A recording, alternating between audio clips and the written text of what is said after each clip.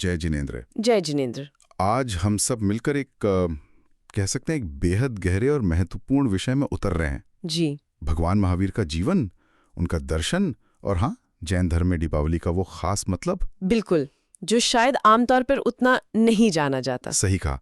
और ये समझना जरूरी है कि हम इसे जैन धर्म के संदर्भ में देख रहे हैं, है ना? हाँ बिल्कुल, जैन धर्म के नजरिए से। और देखिए, इस गहरी पड़ताल के लिए हमारे पास स्रोत भी काफी मजबूत है। जैसे कि प्राचीन जैन आगम है, आचारांग सूत्र, कल्प सूत्र, भगवती सूत्र, फिर तत्वार्थ सूत्र जैसा दार्शनिक ग्रंथ है। अच्छा। और महापुराण, त्रिषष्टि शला का पुरुष चरित्र जैसे जीवन चरित्र और हरिवंश पुराण भी।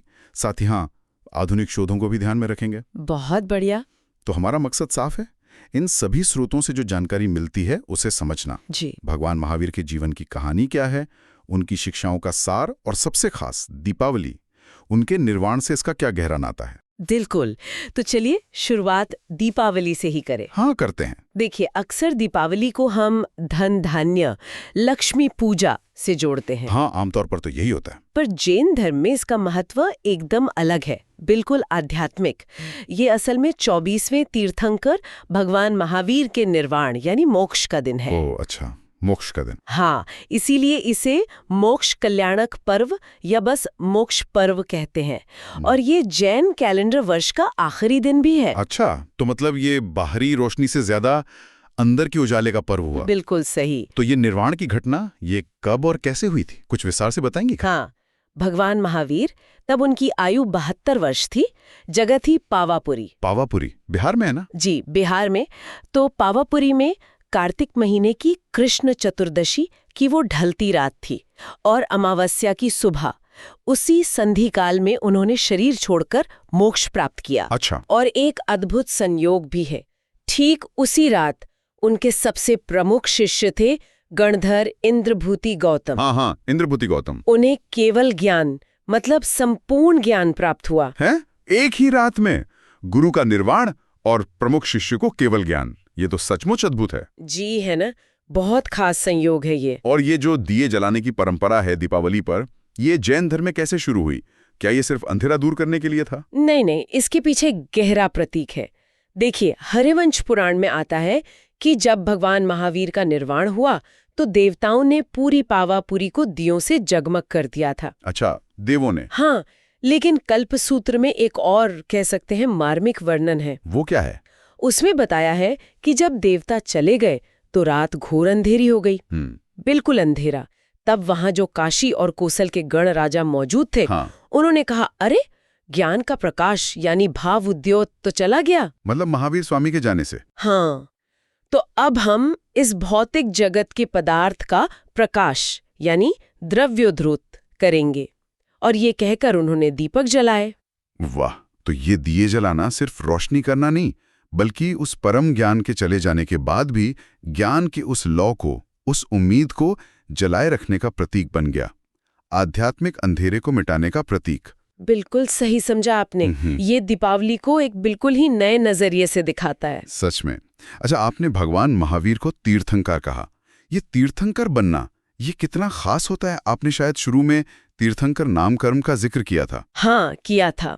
देखिए, तीर्थंकर बनना कोई साधारण बात बिल्कुल नहीं है।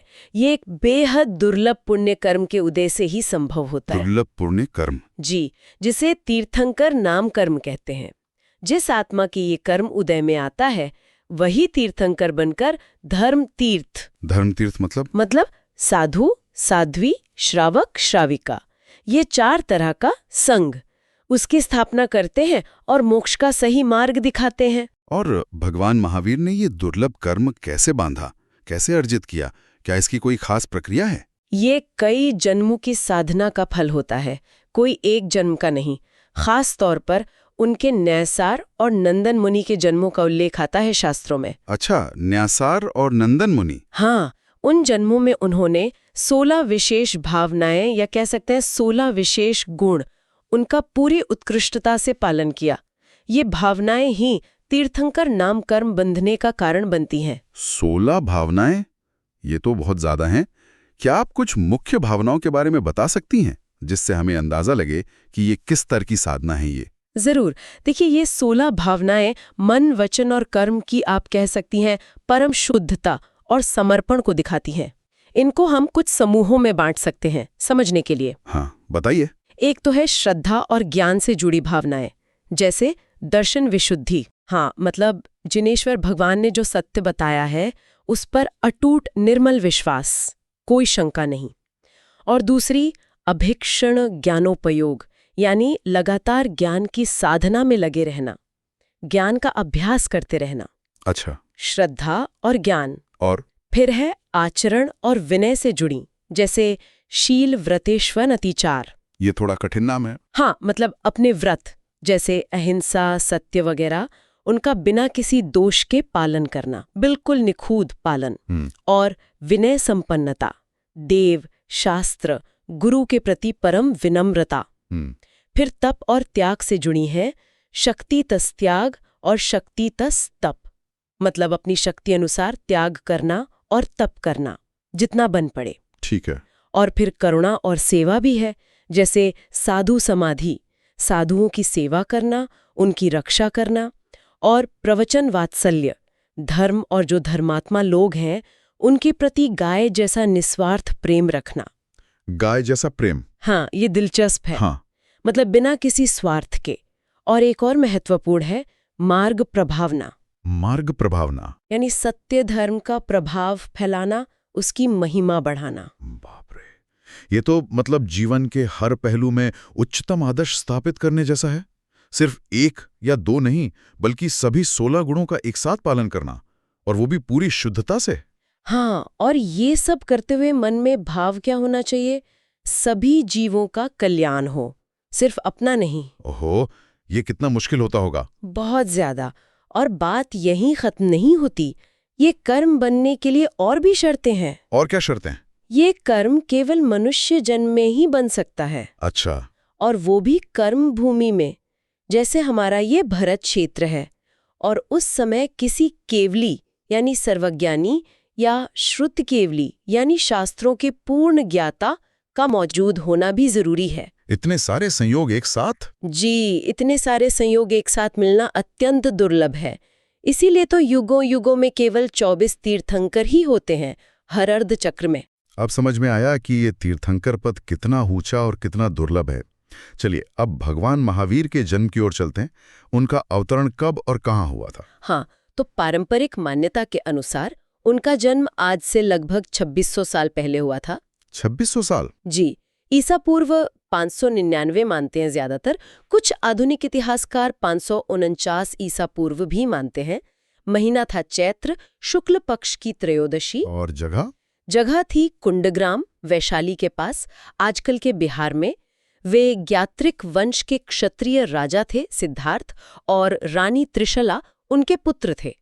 रानी त्रिशला लिच्छवी राजा चेटक की बहन थी। मैंने उनके जन्म से जुड़ी एक गर्भ परिवर्तन की बात भी सुनी है जी। इसमें क्या मान्यताएं हैं? हाँ, इस विषय पर श्वेतांबर और दिगंबर परंपराओं में थोड़ा मतभेद है। अच्छा। श्वेतांबर शास्त्रों जैसे कल्पसूत्र में आता है कि उनका जीव पहले देवानंदा नाम की एक ब्राह्मणी के गर्भ में आया था। पर क्योंकि तीर्थंकर हमेशा क्षत्रिय कुल में ही जन्म लेते हैं, ये नियम है, तो देवराज इंद्र के कहने पर हरिणगमेशी नाम के एक देव ने गर्भ को रानी त्रिशला के गर्भ में स्थापित कर दिया।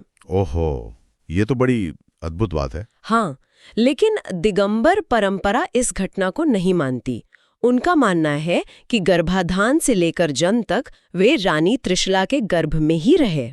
अच्छा, तो ये अलग अलग मान्यताएं हैं। ठीक है। और उनकी माता के स्वप्नों के बारे में क्या कहते हैं? उन्होंने बहुत शुभ स्वप्न देखे थे गर्भ के समय? हाँ, बिल्कुल। गर्भाधान के बाद रानी त्रिशला ने अद्भुत शुभ स्वप्न देखे थे। ये तीर्थंकर की माता को आते ही हैं। कितने स्वप्न?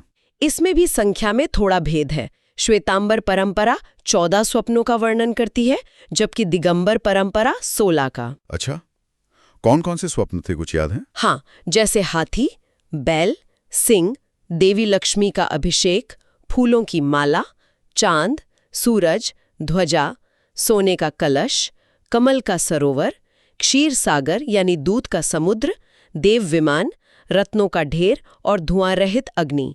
वाह, ये तो सारे ही बहुत शुभ लग रहे हैं। जी, ये स्वप्न आने वाले पुत्र के या तो चक्रवर्ती सम्राट या फिर तीर्थंकर होने का साफ संकेत थे। उनके नाम के आगे अक्सर श्री 1008 लिखा देखते हैं हम। हाँ, इसका क्या मतलब है? ये 1008 क्या है? हाँ, ये कोई साधारण संख्या नहीं है। जैन ग्रंथों के अनुसार तीर्थंकर जन्म से ही असाधारण शारीरिक लक्षणों के साथ पैदा होते हैं। अच्छा, उनके शरीर पर 1008 शुभ चिन्ह होते हैं। 1008 चिन्ह जैसे छाती पर श्रीवत्स का चिन्ह होता है, स्वस्तिक, कमल, शंख, चक्र, ऐसे कई। ये चिन्ह उनकी जन्मजात पूर्णता और दिव्यता के प्रतीक हैं। उन्हीं 1008 लक्षणों के सम्मान में श्री 1008 का प्रयोग किया जाता है। ये तो पता ही नहीं था। और क्या उनके जन्म के समय कोई विशेष घटना हुई थी, जैसे देवों द्वारा अभिषेक वगैरह? हाँ, बिल्कुल।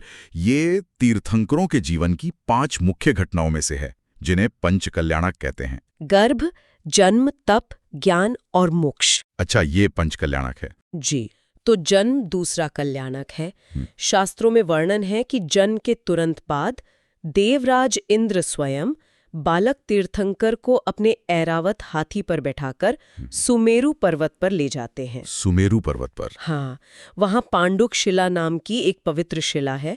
उस पर विराजित करके क्षीर सागर के पवित्र जल से भरे 1008 सोने, चांदी, रत्न के कलशों से उनका महाभिषेक करते हैं। ये एक तरह से उनके भावी जगत गुरु होने का उत्सव होता है। अद्भुत। उनका बचपन का नाम तो वर्धमान था, है ना? हाँ, फिर महावीर नाम कैसे पड़ा? हाँ, उनका मूल नाम वर्धमान ही रखा गया था। क्योंकि उनके गर्भ में आने के बाद से ही राज्य में हर तरह की वृद्धि होने लगी थी। धन, धान्य, सुख, यश सब कुछ बढ़ने लगा था। वर्धमान मतलब बढ़ने वाला। और महावीर? महावीर नाम उनकी अद्भुत वीरता और सहन शक्ति के कारण पड़ा। इसके पीछे 2 तरह की बातें आती हैं। क्या? एक तो बचपन की घटना है, जब वे खेल रहे थे तो एक भयंकर सांप आया, जिसे असल में एक देव ने उनकी परीक्षा लेने भेजा था। वो बालक वर्धमान निर्भय होकर उसके फन पर चढ़ गए। अरे! दूसरी मान्यता ये है कि जब उन्होंने तपस्या शुरू की तो 12.5 वर्षों तक उन पर भयानक कष्ट आए। देवों ने, मनुष्यों ने, जानवरों ने बहुत उपसर्ग किए। उपसर्ग मतलब कष्ट? हाँ, जानबूझकर दिए गए कष्ट। उन सब को उन्होंने बिना हिले डुले शांत भाव से सहा। उनकी इस असाधारण भीतरी शक्ति, इस वीरता, इस सहनशीलता को देखकर देवों ने उन्हें महावीर कहना शुरू किया। समझ गया। मतलब बाहरी और भीतरी दोनों तरह की वीरता। बिल्कुल। और हर तीर्थंकर का एक पहचान चिन्ह भी होता है। लांछन कहते हैं उसे। लांछन? हाँ, उनकी मूर्तियों के आसन पर अक्सर बना होता है, जिससे उन्हें पहचाना जा सके। भगवान महावीर का लांछन है सिंह, यानी शेर। शेर, इसका क्या खास मतलब है? सिंह प्रतीक है शक्ति का, निर्भयता का, पराक्रम का। तो ये चिन्ह भगवान महावीर की आध्यात्मिक वीरता को दिखाता है। आध्यात्मिक वीरता? हाँ, कैसे उन्होंने अपने अंदर के शत्रुओं मतलब क्रोध, मान, माया, लोभ और बाहरी कष्टों पर पूरी तरह विजय पाई। सिंह की तरह निर्भय। ये हमें भी प्रेरणा देता है कि जीवन की चुनौतियों का सामना हिम्मत से करें। और क्या इसका उनके किसी पिछले जन्म से भी कोई संबंध है? हाँ, एक कथा इसे उनके पूर्व जन्म से भी जोड़ती है। कहते हैं एक जन्म में वे एक बड़े क्रूर सिंह थे, पर मुनियों के उपदेश सुनकर उन्होंने हिंसा छोड़ दी और शांत हो गए। अच्छा, ये तो दिलचस्प कहानी है। आपने बताया कि वे 24वें तीर्थंकर थे। क्या ये संख्या हमेशा 24 ही रहती है, कभी कम ज्यादा नहीं होती? नहीं, जैन कॉस्मोलॉजी मतलब जैन कालचक्र के अनुसार समय का पहिया लगातार घूमता है। इसके 2 हिस्से हैं।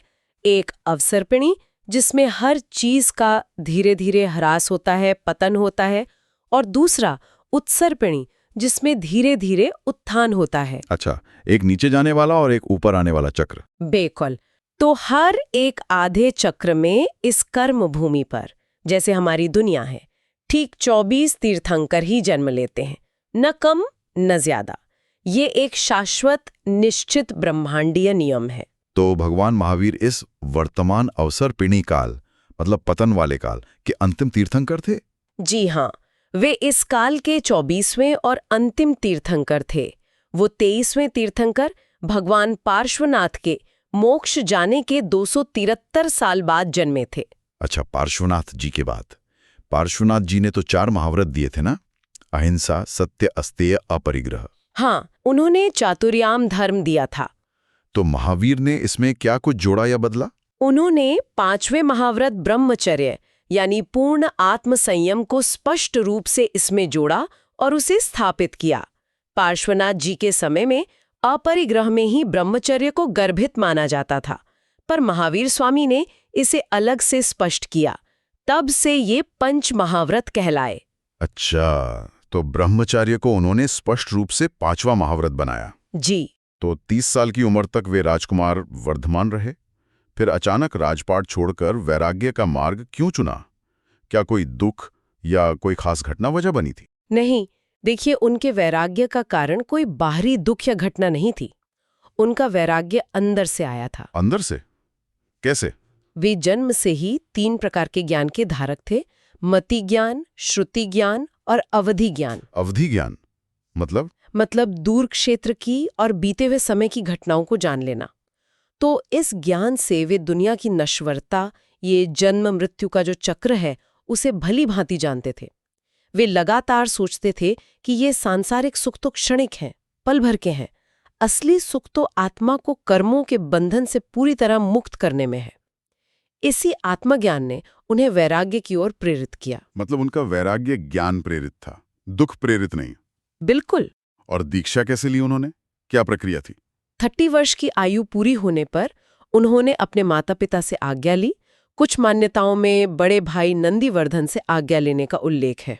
अच्छा। फिर मागसर महीने के कृष्ण पक्ष की 10वीं तिथि को वे ज्ञात्रखंड नाम के एक बगीचे में गए। वहां देवों और मनुष्यों की भारी उपस्थिति थी। उन्होंने अपने राजसी वस्त्र, आभूषण सब त्याग दिए। फिर अपने हाथों से ही 5 मुट्ठी में अपने सिर के बाल उखाड़ लिए। इसे पंचमुष्टि लोच कहते हैं। ये शरीर से भी मुंह छोड़ने का प्रतीक है। अपने हाथों से बाल उखाड़ना ये तो बड़ा कठिन होगा। जी। इसके बाद उन्होंने वो 5 महाव्रत धारण किए और ओम नमः सिद्धेभ्यः कहकर मौन होकर आत्म साधना में लीन हो गए। और फिर शुरू हुआ उनका वो कठोर तपस्या का काल, 12.5 साल का। हाँ, 12.5 वर्ष। आचारांग सूत्र जैसे प्राचीन आगमों में इसका बड़ा मार्मिक वर्णन मिलता है। कैसा वर्णन? कि ज्यादातर समय या तो मौन रहते थे या लंबे लंबे उपवास करते थे। कभी 1 महीना, 2 महीने, 6 महीने तक के उपवास, या फिर कायोत्सर्ग मुद्रा में, मतलब बिना हिले डुले मूर्ति की तरह खड़े रहकर या बैठकर ध्यान करते थे। कायोत्सर्ग, शरीर का उत्सर्ग यानी त्याग। हाँ, सर्दी, गर्मी, बरसात, धूल, मिट्टी, कीड़े मकोड़े, जंगली जानवर, सब कुछ उन्होंने शांत भाव से सहा।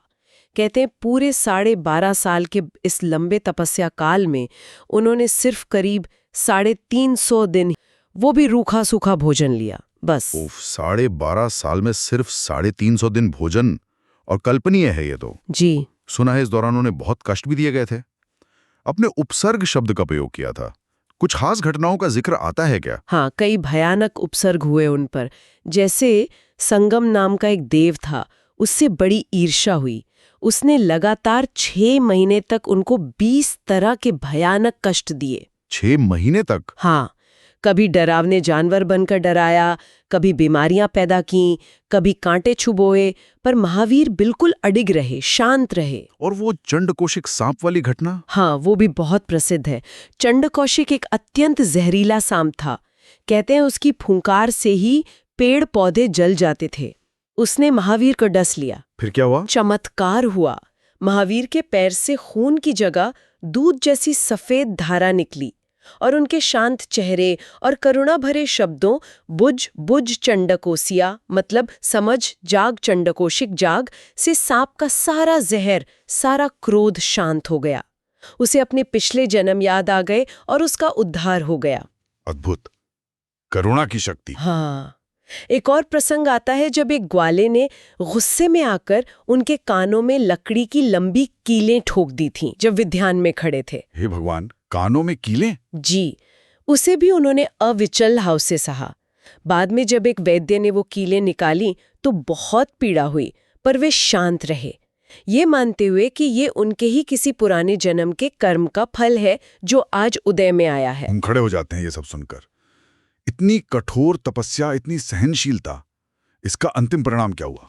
इसी असाधारण तप और ध्यान के बाद 12.5 साल के इस घनघोर साधना के पश्चात जब उनकी आयु 42 वर्ष थी, वैशाख महीने की शुक्ल दशमी का दिन था। वैशाख शुक्ल दशमी। हाँ, जृंभिका गांव के पास ऋजुपालिका नदी के किनारे एक शाल वृक्ष के नीचे वे गौदोहिका आसन में ध्यान कर रहे थे। गौदुही का आसन मतलब जैसे गाय धोते समय बैठते हैं? जी, उसी तरह का आसन। उसी ध्यान की अवस्था में उन्हें केवल ज्ञान प्राप्त हुआ। केवल ज्ञान यानी संपूर्ण ज्ञान? हाँ, संपूर्ण, अनंत और प्रत्यक्ष ज्ञान। केवल ज्ञान, इसे थोड़ा और समझाएंगी? ये अनुभव कैसा होता होगा? क्या ये सिर्फ बहुत सारी जानकारी होना है? नहीं, ये सिर्फ जानकारी या इन्फॉर्मेशन होना नहीं है। ये ज्ञान की सर्वोच्च अवस्था है, परम अवस्था। उस समय वे शुक्ल ध्यान की सबसे ऊंची अवस्था में थे। शुक्ल ध्यान? हाँ, ये ध्यान की सबसे शुद्ध अवस्था है। इस ध्यान की पराकाष्ठा पर पहुंचने से उनके 4 घातिया कर्म, जो आत्मा के स्वाभाविक गुणों को ढकते हैं, घात करते हैं, वो पूरी तरह नष्ट हो गए। ये घातिया क्रम कौन से हैं? ये 4 हैं। ज्ञानावर्णीय, जो हमें जानने नहीं देता; दर्शनावर्णीय, जो हमें देखने या श्रद्धा नहीं करने देता; मोहनीय, जो हमें भ्रमित करता है, राग द्वेष पैदा करता है, ये सबसे शक्तिशाली माना जाता है; और अंतराय, जो हमें दान देने, लाभ पाने, भोग उपभोग करने या अपनी शक्ति का उपयोग करने में बाधा डालता है। अच्छा, तो ये चारों कर्म नष्ट हो गए? हाँ, और इन चारों के नष्ट होते ही आत्मा अपने असली स्वरूप में प्रकट हो जाती है। उसका स्वाभाविक गुण प्रकट हो जाता है: अनंत ज्ञान, अनंत दर्शन, अनंत सुख और अनंत वीर्य। अनंत ज्ञान, अनंत दर्शन, अनंत सुख, अनंत वीर्य। जी, अनंत ज्ञान मतलब सब कुछ जानना, अनंत दर्शन मतलब सब कुछ देखना या अनुभव करना, अनंत सुख मतलब आंतरिक परमानंद जिसका कोई अंत नहीं, और अनंत वीर्य मतलब अनंत शक्ति। तो केवल ज्ञान के बाद उन्हें क्या दिखा, क्या जाना? उन्हें लोक और अलोक मतलब पूरा ब्रह्मांड और उसके बाहर जो कुछ भी है, उसके सभी पदार्थ, सभी जीव, उनकी सभी अवस्थाएं, भूतकाल की, वर्तमान की, भविष्य की, सब कुछ एक साथ एक ही समय में बिना किसी इंद्रिय या मन की मदद के सीधे आत्मा से ही प्रत्यक्ष हो गया, शीशे की तरह साफ। सब कुछ एक साथ। हाँ, इसीलिए वे केवली कहलाए यानी सर्वज्ञ, जिन कहलाए यानी कर्मों को जीतने वाले, और अरहंत कहलाए यानी अब वे सभी के लिए पूजनीय हो गए। तो कर्मों के बंधन से पूरी तरह मुक्त होकर आत्मा का अपने स्वाभाविक गुणों में स्थित हो जाना, यही केवल ज्ञान है। बिल्कुल, सार यही है। ज्ञान प्राप्ति के बाद उन्होंने उपदेश देना शुरू किया होगा फिर? हाँ, केवली बनने के बाद उनका पहला उपदेश हुआ, जिसे धर्म प्रवर्तन कहते हैं। कहाँ हुआ पहला उपदेश? स्थान को लेकर थोड़ी भिन्नता है मान्यताओं में।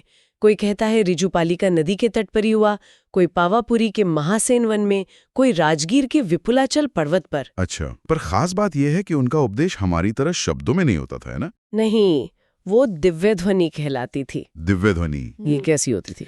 ये एक तरह की ओंकार जैसी निरक्षरी मतलब बिना अक्षरों वाली ध्वनि थी। मेघ गर्जना जैसी गंभीर पर मधुर, और ये सबके लिए कल्याणकारी होती थी। बिना अक्षरों वाली ध्वनि, तो फिर लोग उसे समझते कैसे थे? यही तो चमत्कार था। उनकी जो सभा होती थी, जिसे संवसरण कहते थे। हाँ, संवसरण, मैंने सुना है इसके बारे में। बड़ा भव्य होता था। हाँ, बहुत भव्य। देवों द्वारा रचा जाता था। हाँ। गोलाकार, कई स्तरों वाला। हाँ। उसमें 3 गढ़ होते थे, चांदी, सोना, रत्न के। 12 कोठे या हॉल होते थे, अलग अलग तरह के श्रोताओं के लिए। गणधर, मुनि, आर्यकाएं, देव, देवियां, श्रावक, श्राविकाएं, यहाँ तक कि पशु पक्षियों के लिए भी। पशु पक्षी भी? हाँ। और वहाँ ऐसा अहिंसक वातावरण होता था कि स्वाभाविक दुश्मन जैसे शेर और गाय भी अपना वैर भूलकर एक साथ बैठकर धर्म सुनते थे। कमाल है। और केंद्र में एक अशोक वृक्ष के नीचे रत्न जड़ित सिंहासन से 4 अंगुल ऊपर हवा में भगवान महावीर विराजमान होते थे, और उनका मुख चाहे एक ही दिशा में हो, पर वे चारों दिशाओं में सबको दिखाई देते थे। अद्भुत। तो इस संवसरण में वो दिव्य ध्वनि होती थी? हाँ, और वहां मौजूद सभी प्राणी, चाहे वो इंसान हो, देव हो या पशु पक्षी, वो सब उस दिव्य ध्वनि को अपनी अपनी भाषा में समझ लेते थे। ये कैसे संभव है? ये तीर्थंकर के पुण्य का और उनकी वीतरागता का अतिशय मतलब चमत्कार ही माना जाता है। इसी संवत्सरण में उनके गणधर भी बने होंगे? जी हाँ, इसी संवत्सरण में उनके 11 प्रमुख शिष्य बने जिन्हें गणधर कहा गया। 11 गणधर? ये कौन थे? ये सभी दीक्षा लेने से पहले अपने समय के प्रकांड विद्वान ब्राह्मण थे, वेद वेदांगों के ज्ञाता। इनमें सबसे प्रमुख थे इंद्रभूति गौतम। हाँ, जिनका जिक्र पहले आया था, जिन्हें केवल ज्ञान हुआ था। वही तो कहानी ये है कि इंद्रभूति गौतम बड़े अभिमान के साथ अपने 500 शिष्यों को लेकर महावीर से शास्त्रार्थ करने आए थे। उन्हें अपनी विद्वत्ता पर बड़ा घमंड था। अच्छा, फिर क्या हुआ? वे जैसे ही समवसरण के पास पहुंचे, उनका मान गल गया और जब वे महावीर के सामने आए तो महावीर ने बिना उनके पूछे ही उनके मन में आत्मा के अस्तित्व को लेकर जो सबसे गहरी शंका थी, हाँ, उसे जान लिया और उसका समाधान कर दिया। ये देखकर इंद्रभूति इतने प्रभावित हुए कि उन्होंने तुरंत अपने भाइयों अग्निभूति और वायुभूति और बाकी 8 अन्य विद्वानों और अपने सभी शिष्यों के साथ महावीर से दीक्षा ले ली। यही 11 विद्वान उनके गणधर कहलाए। तो इन गणधरों ने ही महावीर की शिक्षाओं को संकलित किया, आगे बढ़ाया। हाँ, बिल्कुल। इनका सबसे बड़ा योगदान यही है, जैन आगमों यानी शास्त्रों की रचना। वे महावीर की दिव्य ध्वनि को सुनते थे, उसे तुरंत समझ लेते थे और फिर उसे सूत्र रूप में गूंथ लेते थे, मतलब व्यवस्थित कर देते थे। अच्छा, तो महावीर बोलते नहीं थे पर गणधर उनकी ध्वनि को सूत्र बना देते थे? हाँ, इसी से द्वादशान यानी 12 अंगों वाले आगम साहित्य की रचना हुई। आज जो भी जैन दर्शन और सिद्धांत हमें उपलब्ध हैं, उसका मूल आधार यही गणधरों द्वारा सहेजा गया ज्ञान है। इसे श्रुत ज्ञान कहते हैं। तो महावीर के निर्वाण के बाद ये ज्ञान कैसे बचा रहा? क्या उसे तुरंत लिख लिया गया था उस समय? नहीं, तुरंत नहीं लिखा गया। शुरुआत में ये ज्ञान मौखिक परंपरा से ही चला, पीढ़ी दर पीढ़ी। मौखिक कैसे? महावीर के निर्वाण के बाद केवल एक गणधर सुधर्मा स्वामी जीवित बचे थे। अच्छा, 11 में से सिर्फ एक? हाँ, तो उन्होंने ये सारा ज्ञान अपने प्रमुख शिष्य जम्बू स्वामी को सुनाया। फिर जम्बू स्वामी ने आगे सुनाया। इस तरह गुरु शिष्य परंपरा से ये सैकड़ों सालों तक मौखिक ही चलता रहा। याद करके रखा जाता था। पर याददाश्त तो कमजोर पड़ती जाती है समय के साथ। बिल्कुल। वही हुआ, धीरे धीरे लोगों की स्मरण शक्ति कम होने लगी और फिर एक भयंकर अकाल पड़ा मगध में, लगभग 335 ईसा पूर्व के आसपास। उसमें बहुत से ज्ञानी मुनि दिवंगत हो गए, तो ज्ञान के लुप्त होने का खतरा पैदा हो गया। तब क्या किया गया? तब पाटलिपुत्र में, जो आज का पटना है, आचार्य स्थूलभद्र के नेतृत्व में पहली बार मुनियों की एक बड़ी सभा हुई। इसे प्रथम आगम वाचना कहते हैं। वहां बिखरे हुए ज्ञान को इकट्ठा करके 11 अंगों में संकलित करने की कोशिश की गई। 12वां अंग तब तक लुप्त हो चुका था। तो क्या तभी लिख लिया गया? नहीं, तब भी पूरी तरह लिखा नहीं गया, बस संकलित किया गया। लिखित रूप में लाने का काम बहुत बाद में हुआ। कब? महावीर निर्वाण के लगभग 980 से 993 साल बाद, यानी करीब 5वीं शताब्दी ईस्वी में, गुजरात के वल्लभी नगर में आचार्य देवर्दी गणी क्षमाश्रमण की अध्यक्षता में अंतिम आगम वाचना हुई। एक और सभा हुई और तब जाकर आगमों को ताड़पत्रों पर लिपिबद्ध किया गया, यानी लिखा गया। ओहो, मतलब लगभग 1000 साल तक मौखिक परंपरा चली। जी हाँ, यहाँ भी एक बात ध्यान देने की है कि श्वेतांबर परंपरा इस लिखित संकलन को प्रामाणिक मानती है, जबकि दिगंबर परंपरा का मानना है कि मूल आगम तो उसी अकाल के दौरान लुप्त हो गए थे। वे बाद के महान आचार्यों द्वारा रचित ग्रंथों जैसे षटखंडागम आदि को अपना आधार मानते हैं। अच्छा, ये भी एक महत्वपूर्ण अंतर है। ठीक है, अब अगर हम उनके दर्शन के मूल पर आएं, तो पंच महाव्रत तो हमने सुने, क्या आप उन्हें संक्षेप में फिर से बता सकती हैं, खासकर अहिंसा और अपरिग्रह पर थोड़ा जोर देते हुए? जरूर। ये 5 महाव्रत जैन साधुओं के लिए तो अनिवार्य हैं ही, पर गृहस्थों के लिए भी अणुव्रत यानी छोटे व्रत के रूप में पालनीय हैं। हाँ, बताइए। पहला और सबसे महत्वपूर्ण, अहिंसा। ये तो जैन धर्म का मूल मंत्र है, अहिंसा परमो धर्मः। हाँ, ये तो बहुत सुना है। इसका मतलब सिर्फ शारीरिक हिंसा ना करना नहीं है, बल्कि मन से, वचन से और कर्म से, किसी भी तरह से किसी भी प्राणी को, छोटे से छोटे जीव को भी कष्ट न पहुंचाना। और ये सिर्फ निष्क्रियता नहीं है कि हम हिंसा न करें, बल्कि ये सक्रिय करुणा है, दूसरों के दुख दूर करने का भाव। सक्रिय करुणा, ये महत्वपूर्ण है। दूसरा है सत्य। हमेशा सच बोलना, लेकिन ऐसा सच जो प्रिय हो, मीठा हो और हितकारी हो। कड़वा सच जिससे दूसरों को पीड़ा हो या झगड़ा बढ़े, वो भी नहीं बोलना चाहिए। तीसरा अस्त्य, यानी चोरी न करना। सिर्फ किसी के घर से सामान उठा लेना ही चोरी नहीं है। किसी की गिरी हुई, रखी हुई या भूली हुई चीज भी बिना उसकी इजाजत के लेना अस्तेय है। चौथा ब्रह्मचर्य।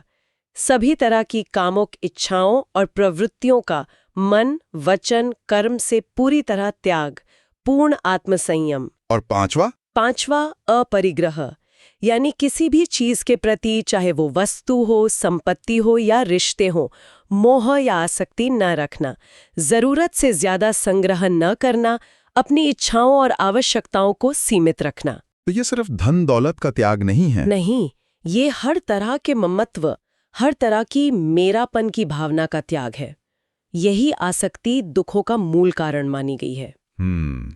ये पांचों व्रत तो जीवन को पूरी तरह बदलने वाले हैं। इन शिक्षाओं का उस समय के समाज पर क्या असर पड़ा होगा? बहुत गहरा असर पड़ा था।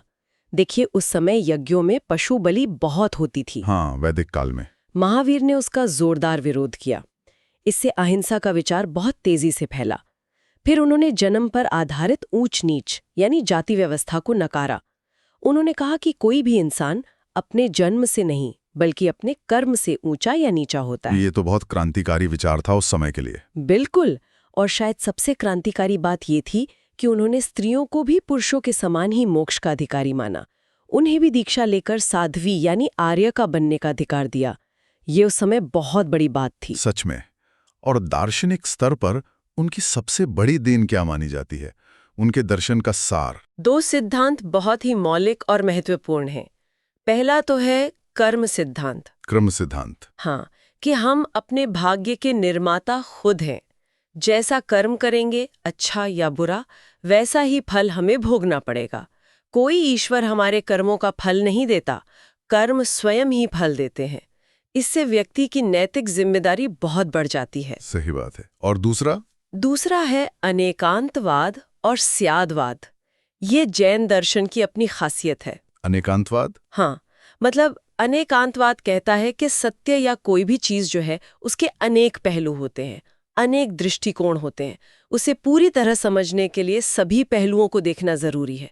कोई एक पहलू ही पूरा सच नहीं होता। जैसे वो हाथी और अंधे वाली कहानी। बिल्कुल वही उदाहरण है इसका। हर अंधे ने हाथी के जिस अंग को छुआ, उसे वही पूरा हाथी लगा, पर हाथी तो उन सबका जोड़ था। और स्यादवाद क्या है? स्यादवाद उसी अनेकांतवाद को व्यक्त करने का तरीका है। स्यात् मतलब शायद या किसी अपेक्षा से। हमारा कोई भी कथन पूरी सच्चाई नहीं बता सकता, वो किसी न किसी दृष्टिकोण या अपेक्षा से ही सही होता है। इसलिए हमें अपनी बात कहते हुए स्यात् लगाना चाहिए, जैसे शायद ये ऐसा है या इस नजरिए से ये ऐसा है। ये अनेकांतवाद वाला सिद्धांत तो आज के जमाने में, जहां हर कोई अपनी बात को ही अंतिम सत्य मानकर लड़ रहा है, बहुत ही ज्यादा प्रासंगिक लगता है। ही बिल्कुल है। ये हमें वैचारिक सहिष्णुता सिखाता है। ये बताता है कि दूसरों का नजरिया भी गलत नहीं, बल्कि आंशिक रूप से सही हो सकता है। इससे संवाद की गुंजाइश बनती है, टकराव कम होता है। आपको पता है, महात्मा गांधी भी महावीर की अहिंसा और अनेकांतवाद से बहुत प्रभावित थे। हाँ, मैंने पढ़ा है।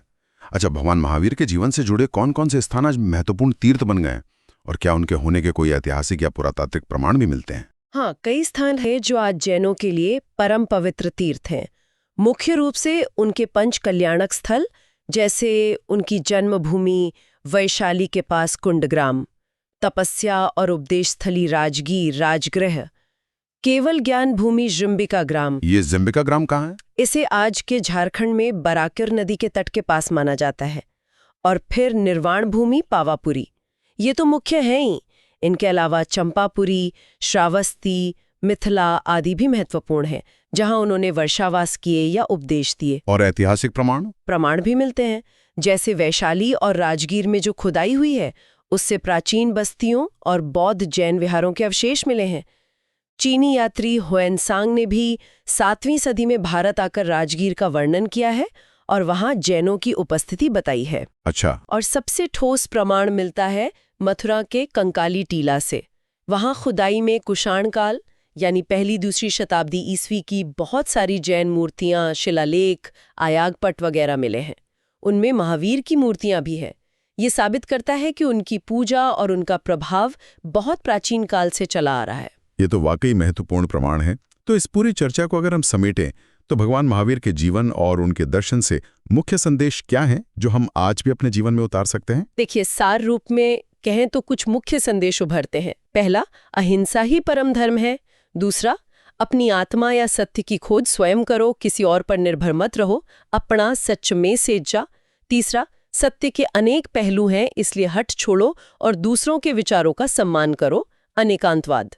चौथा, जरूरत से ज्यादा संग्रह और मोह मत करो, अपनी इच्छाएं सीमित रखो, अपरिग्रह।